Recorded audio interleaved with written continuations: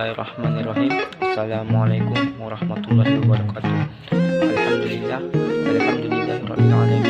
Wassalatu wassalamu ala asyrofil anbiya'i wal mursalin wa ala alihi washabihi ajmain. Amma ba'du.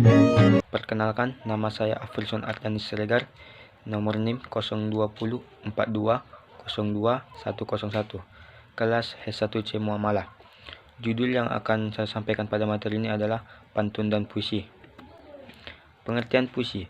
Puisi merupakan ekspresi pengalaman batin atau jiwa penyair mengenai kehidupan manusia, alam, Tuhan Sang Pencipta, melalui media bahasa yang estetik, yang secara padu dan utuh, dalam bentuk teks yang dinamakan puisi.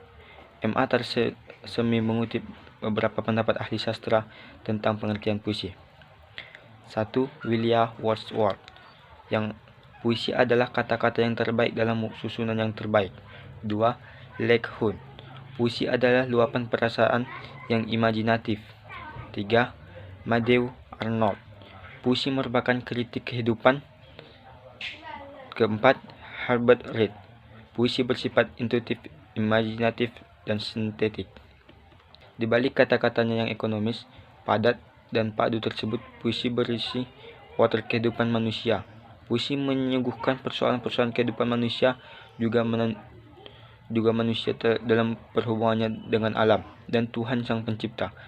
Masalah kehidupan yang disuguhkan penyair dalam puisinya tentu saja bukan sekedar refleksi, realitas penafsiran kehidupan, rasa simpati kepada manusia, renungan mengenai penderitaan manusia dan alam sekitar, melainkan juga cenderung mengekspresikan hasil renungan penyair tentang dunia metafisis, gagasan-gagasan baru ataupun sesuatu yang belum terbayangkan dan terpikirkan oleh pembaca, sehingga puisi sering dianggap mengandung suatu misteri. Jenis puisi.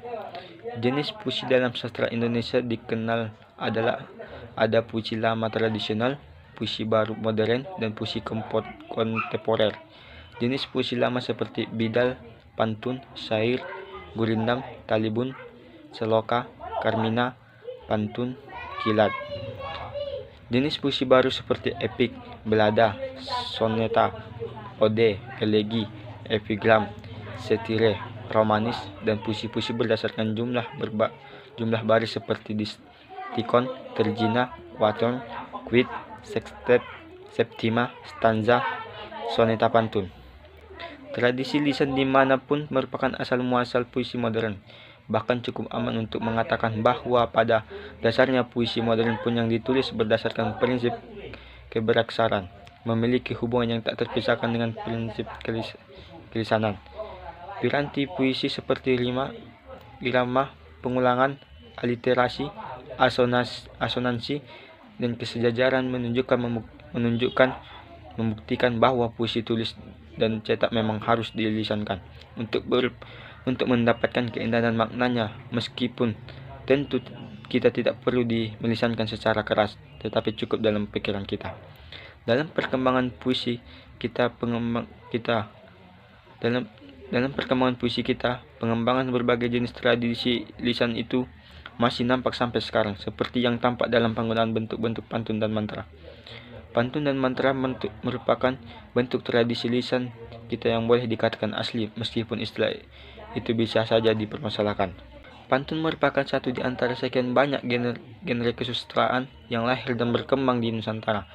Pada mulanya, istilah pantun ini berasal dari bahasa Minangkabau, patuntun, yang berarti penuntun. Namun ternyata istilah pantun itu pun dikenal juga di kalangan masyarakat Jawa, Sunda, Batak, dan Melayu. Dalam masyarakat Jawa, pantun dikenal dengan istilah parikan. Dalam masyarakat Sunda dikenal dengan sebutan paparikan. Sementara masyarakat Batak mengenal pantun dengan istilah tumpasa atau dibaca upasa. Masih tentang pantun. Dalam bahasa Melayu, pantun dikenal dengan istilah quatrain.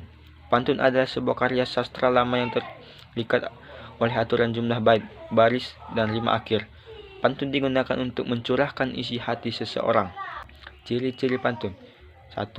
Satu bait terdiri dari 4 baris atau larik. 2. Tiap baris terdiri 8 sampai 12 suku kata. 3.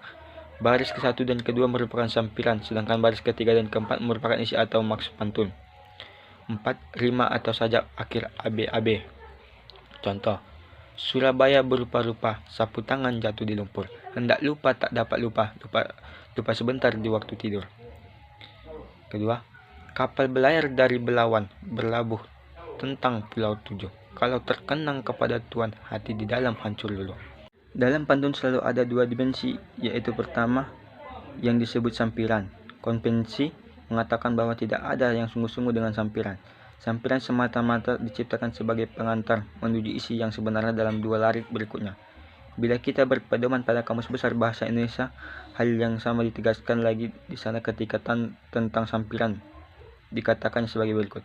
Paruh pertama pada pantun, yaitu baris ke-1 dan kedua, berupa kalimat-kalimat yang biasanya hanya merupakan persediaan bunyi kata untuk disamakan dengan bunyi kata pada isi pantun, atau biasanya kalimat-kalimat pada sampiran tak ada hubungan makna dengan kalimat-kalimat pada bagian isi.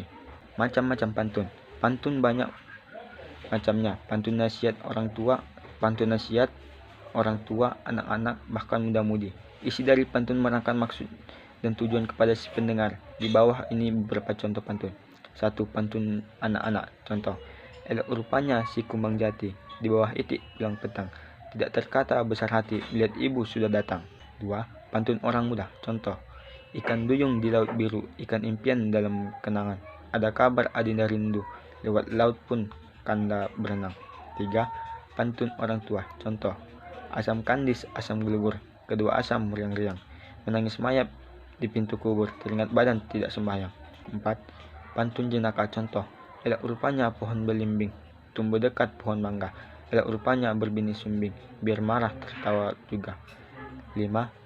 Pantun teka-teki. Contoh, kalau puan cemara, ambil gelas di dalam peti, kalau tuan bijak laksana, binatang apa tanduk di kaki.